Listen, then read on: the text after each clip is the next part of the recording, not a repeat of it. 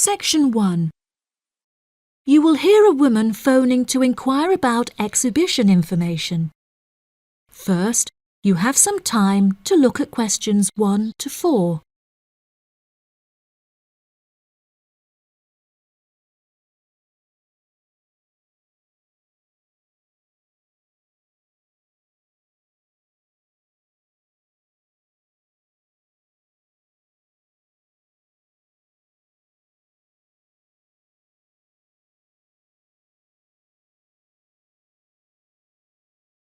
You will see that there is an example that has been done for you.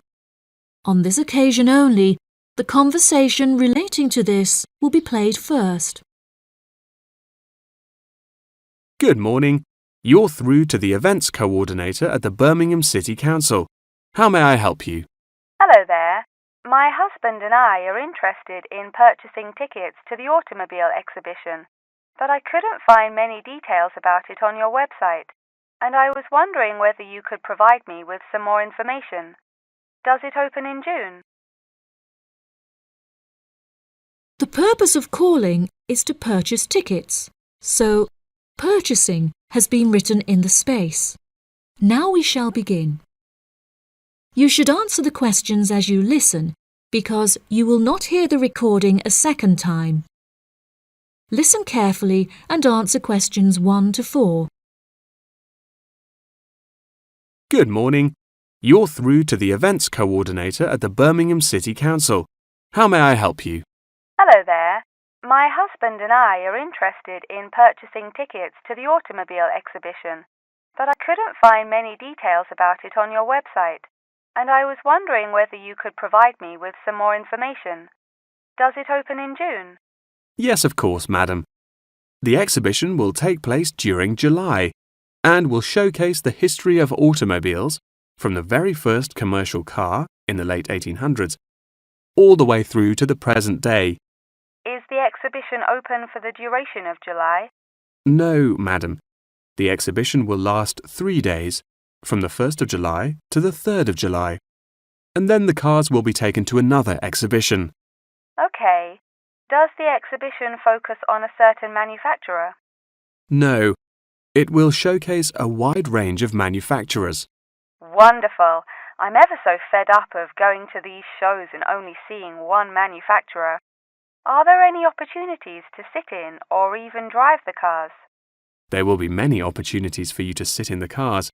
However, some of the cars will only be available to observe. We are yet to be told whether any of the antique cars will be available to drive. However, there will certainly be an opportunity to test driving some of the more modern cars on a purpose-built track. That sounds like great fun. I mustn't forget to bring my camera, or my husband will never forgive me. I'm afraid to say that cameras are actually strictly not allowed to bring into the exhibition. There will, however, be a section where a professional photographer will be available to take photos of you sitting in a car in period clothing. Well, that sounds like it could be fun, but I assume the photos won't be free. On the contrary, one free photograph is included within every ticket, but each photo after this will cost £5. Before you hear the rest of the conversation, you have some time to look at questions 5 to 10.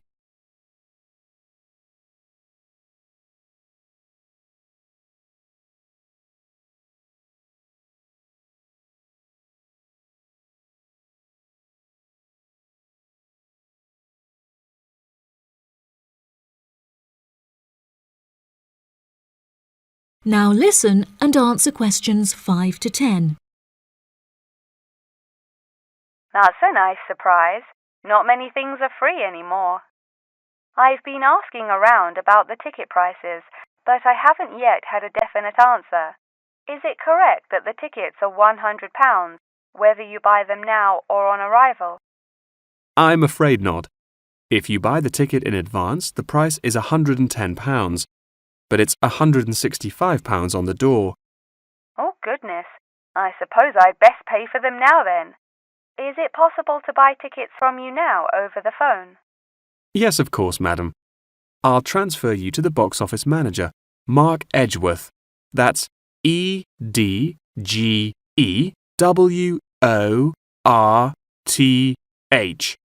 and he will probably need to take your credit card details and some personal details. Yes, that's fine. Before you transfer me, I just need to ask a few more questions. Will the exhibition be held in the Birmingham Exhibition Centre? I think that's where I went last time. No, madam. The Birmingham Exhibition Centre is currently undergoing some renovations, so this year all exhibitions will be held in the Summer Palace. Summer Palace? I'm not entirely sure where that is. Well, it's not too far from City Centre. Once you're in the centre, you should be able to find signs for the palace. If not, most people in Birmingham will be able to direct you. Neither my husband nor I am particularly good with directions. Is there anywhere I can find this information on the internet? Our website will give you an address. Perhaps you could visit www.directions.com for more detailed information, and they should be able to provide you with step-by-step instructions. Okay. And is this the best way to contact you, by phone? I think the most convenient way to contact us is inquiring online, which is much simpler than having to dial various different numbers to reach the right person. Unless you have any more questions, I'll transfer you now. No, that's great. Thank you for your help.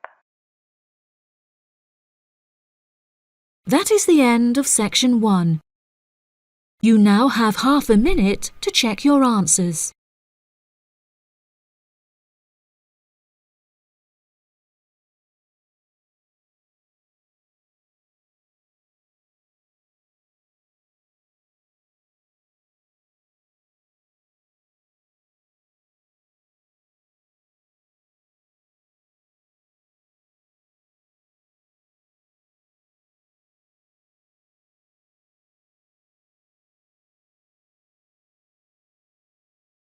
Now turn to section 2. Section 2. You will hear part of a talk given by a member of staff at a hospital. First, you have some time to look at questions 11 to 15.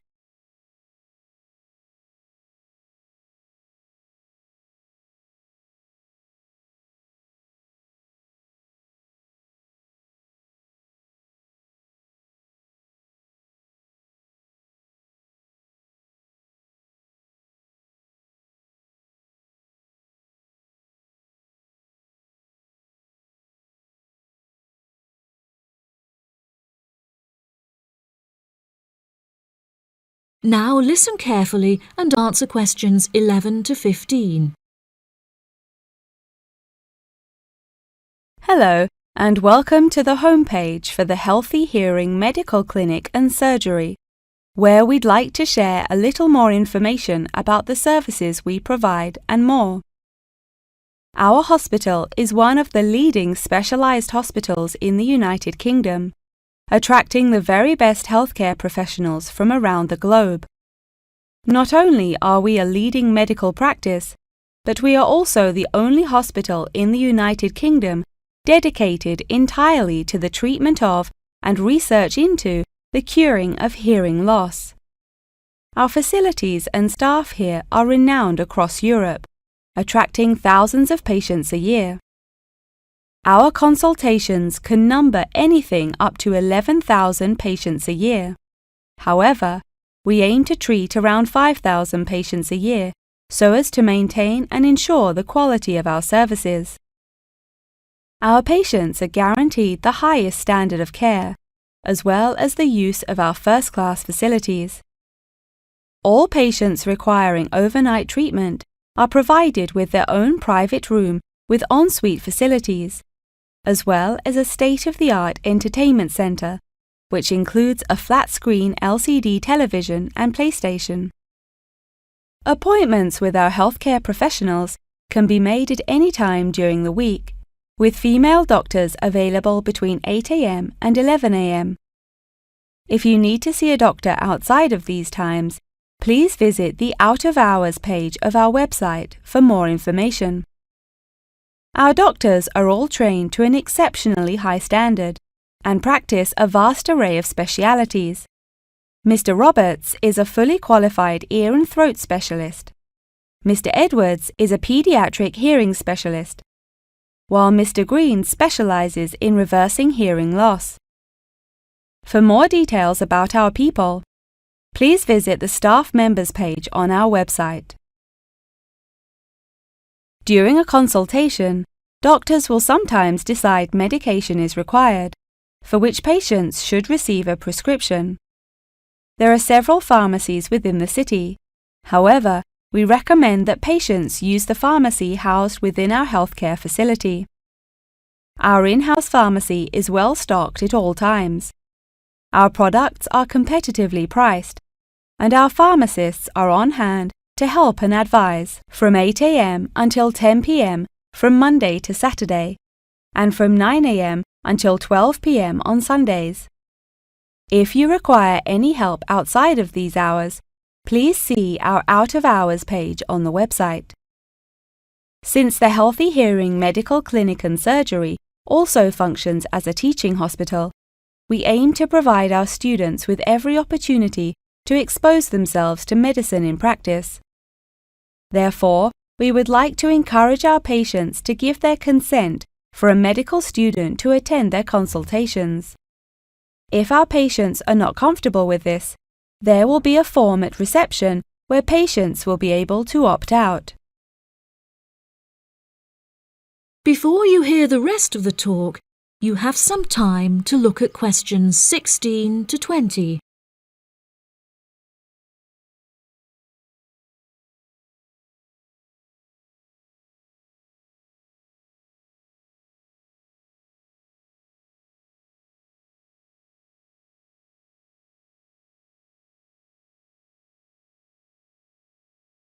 Now listen and answer questions 16 to 20. Now, please look at the map I've given you of the Healthy Hearing Medical Clinic and Surgery. For those not familiar with our practice, reception can be found through the main door at the end of the corridor. If your consultation is booked with Mr. Green, you need to go through the main door and turn right by the nurse's desk, and his office is at the end of the corridor on your left-hand side. If you need to alter any of your personal details, please visit our secretary at the Office for Medical Records, which you will find next to the therapy room. If you're awaiting surgery, please first check in with reception before taking the first door on the right after you enter the clinic. Finally, in the event that you feel disappointed with any of the services we have provided, or have any further questions, please locate our manager's office, which can be found near the Office for Medical Records and between two closets.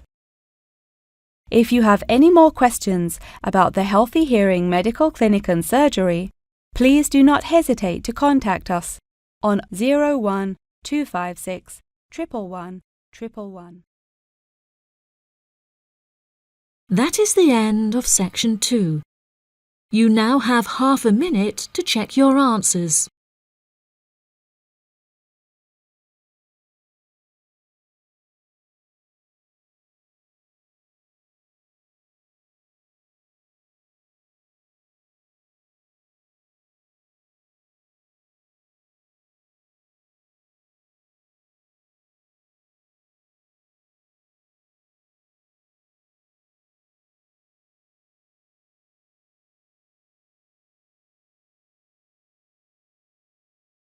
Now turn to section 3. Section 3. You will hear Jim and Jane, two students, talking about their professor's lecture. First, you have some time to look at questions 21 to 25.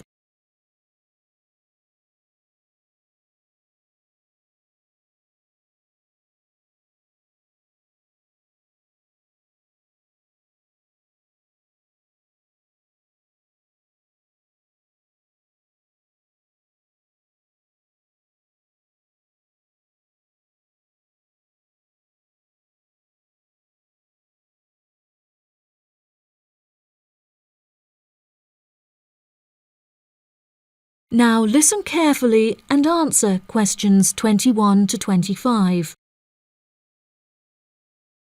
Jane, what did you think of Professor Morgan's lecture? I don't know about you, but I find it incredibly difficult to believe that light influences the environment as much as he says. I've never seen any journal articles, websites or anything that verifies his arguments. It's stupid. On the contrary, I've seen a great deal of research supporting his argument from a wide range of renowned scientists. Have you looked at the recommended textbook listed on the course outline given to us at the beginning of the semester? All the information is in there. Perhaps you've just been looking in the wrong places. I never look at the course outlines. I have so many loose sheets of paper I tend to lose anything I'm given by the end of the day. What's the textbook they recommend? And where can I get it from?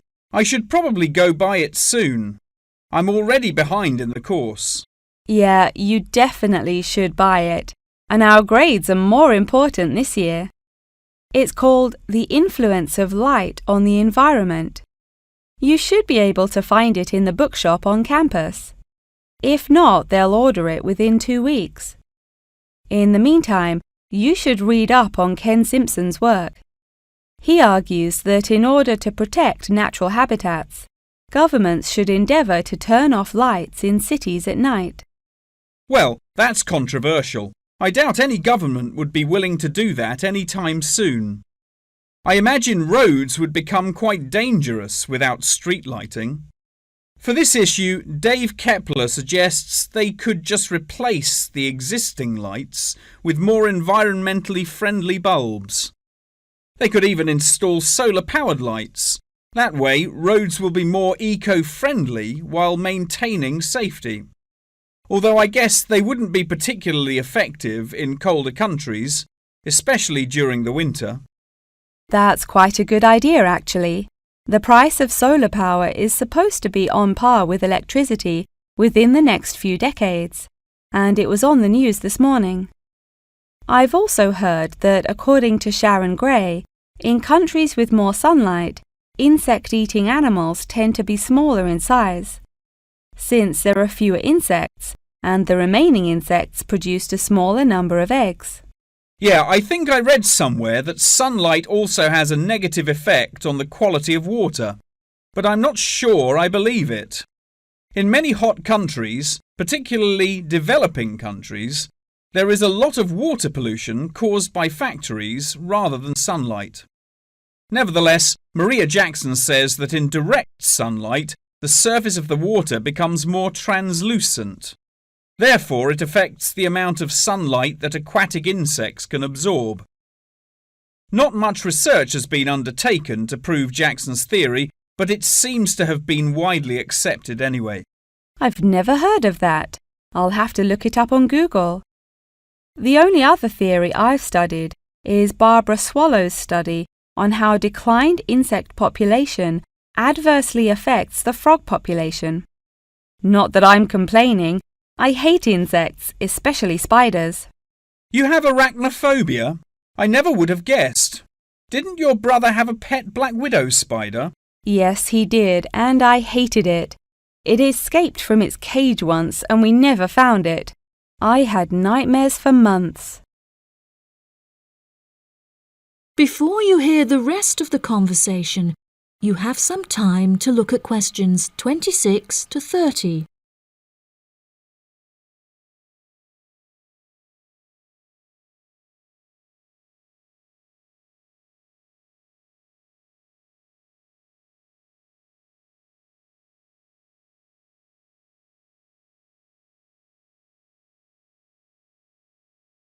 Now listen and answer questions 26 to 30. Okay, now I'm getting goosebumps. Let's change the subject. What's your stance on natural and artificial light? Honestly, I'm not sure it makes much difference which one you use. Species will die out either way. I think the real argument we should consider is global warming and protection or replacement of finite fuels. Solar power provides us with an incredible opportunity to replace electricity, and governments should definitely increase spending on research in this field. The theories discussed in our lectures, like Simpson's and Gray's, are so vague and lack proof, so I don't understand why we even study them. I see what you mean.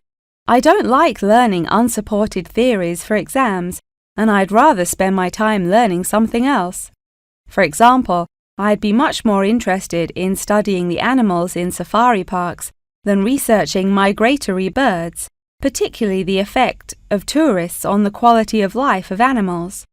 As we know, every year thousands of visitors will drive in their own vehicles or ride in vehicles provided by the facility to observe freely roaming animals. Yeah, that would be really interesting. Especially those animals living in more tropical countries like Borneo. Following on from that, I want to study how bringing animals over from foreign countries to put in our zoos affects their life expectancy. For example, do you remember when China sent pandas to Edinburgh Zoo? Apparently, one of the pandas became depressed, but it was never explained why. To me, obviously, you can't take an animal out of its natural habitat and put it in a cage on the other side of the world. It just doesn't work. That is the end of section 3. You now have half a minute to check your answers.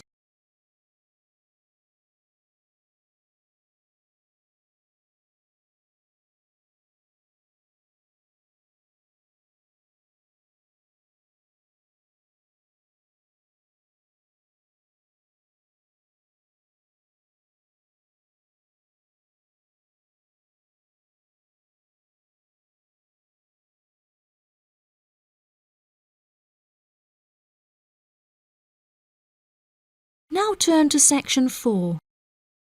Section 4. You will hear a talk on the history of football in Great Britain in the 19th century. First, you have some time to look at questions 31 to 40.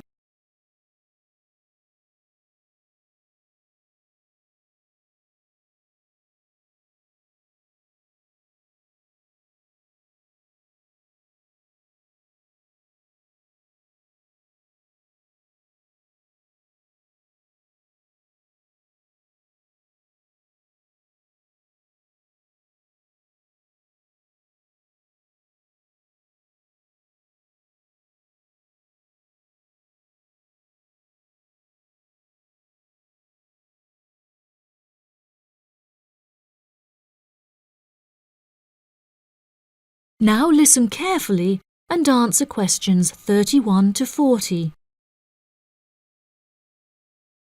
Great Britain is often hailed as the home of football, with talented players travelling from far and wide to play for teams in the English Premier League, one of the most popular football leagues on the planet. Today we are going to take a look back to the 19th century Great Britain, in an attempt to trace the evolution of the beautiful game, as it is now known. Prior to the 19th century, the game featured a wide variety of local and regional adaptations, which were later smartened up and made more uniform to create our modern-day sports of association football, rugby football, and Ireland's Gaelic football. Even up to the mid-19th century, Shrovetide football, or mob football, was still widely practiced. According to the rules of mob football, there were no rules. A player could legally use any means whatsoever to obtain the ball, such as kicking, punching, biting, and gouging, with the only exceptions being murder and manslaughter. These games may be regarded as the ancestors of modern codes of football, and by comparison with later models of football, they were chaotic and had few cooperation. Towards the latter end of the 19th century and moving into the early part of the 20th century, however, there appeared a newfound emphasis on moral values in football. Perhaps a more modern example of this can be seen in John Terry's suspension as England captain, following reports of his infidelity to his wife. Furthermore, as mob football died away, there grew a greater concern for players' health and general well-being, with many clubs affording their top players access to frequent medical checkups and treatment. Despite the presence of Great Britain's unique state-funded National Health Service, football clubs are still seen today providing team members with state-of-the-art healthcare facilities, with the top clubs even housing their own specialist doctors and physicians.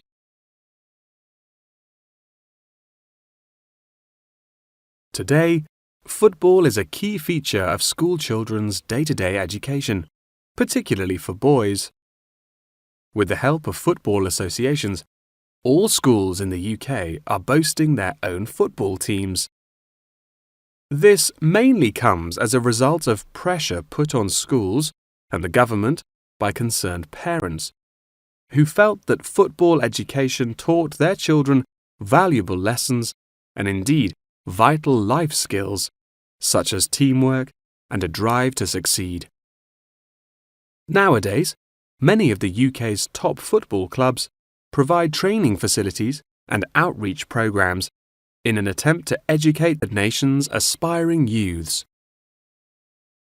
As I previously mentioned, it was only during the 19th century that football in its uniform concept truly began to emerge, with footballers previously playing according to their own versions of the rules. However, it was not until the early 20th century that different players actually began to play according to these standardized rules. Prior to the 19th century, football was played by all the major English public schools, including the likes of Eton College, Winchester College, and Harrow.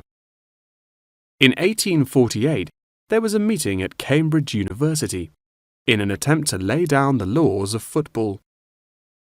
Present at the meeting were representatives of each of these major public schools, whom each brought a copy of the rules enforced by their own individual school's rules of football. The result of the meeting was what is now known as the Cambridge Rules, thereby uniting the rules from across the country into one simple document. However, the Cambridge Rules were not liked by all, and a new set of rules, Thring's Rules, compounded in the book The Simplest Game, became commonplace among dissenters. Across the country, improvements in infrastructure and public transport had a knock-on effect of dramatically increasing attendance to football games. Football quickly became a social event where spectators would meet friends, drink tea, and chat about the good old days. As football became more and more popular, it was decided that more money should be invested in maintaining the quality of pitches, amongst other things, and there was even talk of installing seating for spectators. However, the question of who was to foot the bill quickly became a divisive issue, with many believing that the government should fund football's development as a national sport. But in the end, the onus fell upon Britain's local and regional football clubs for the funding and development of the Football Association.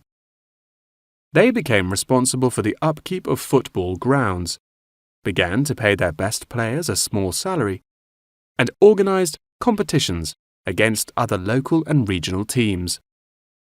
And there began England's Football Association, or the FA, as we know it in its current form, the governing body of football in England. As the FA continued to grow and accumulate greater wealth, it was able to attract more and more talented young men from across the country, before finally accepting professional talent in the early 20th century. Today, football is played at a professional level all over the world. Millions of people regularly go to football stadiums to follow their favourite teams, while billions more watch the game on television or on the internet. That is the end of section 4. You now have half a minute to check your answers.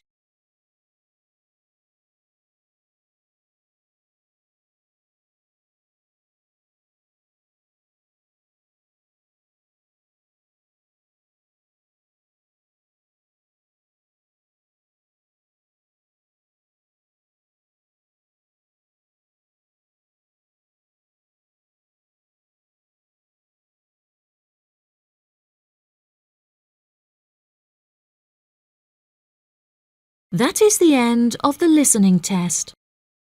In the Ielts test, you will now have 10 minutes to transfer your answers to the answer sheet.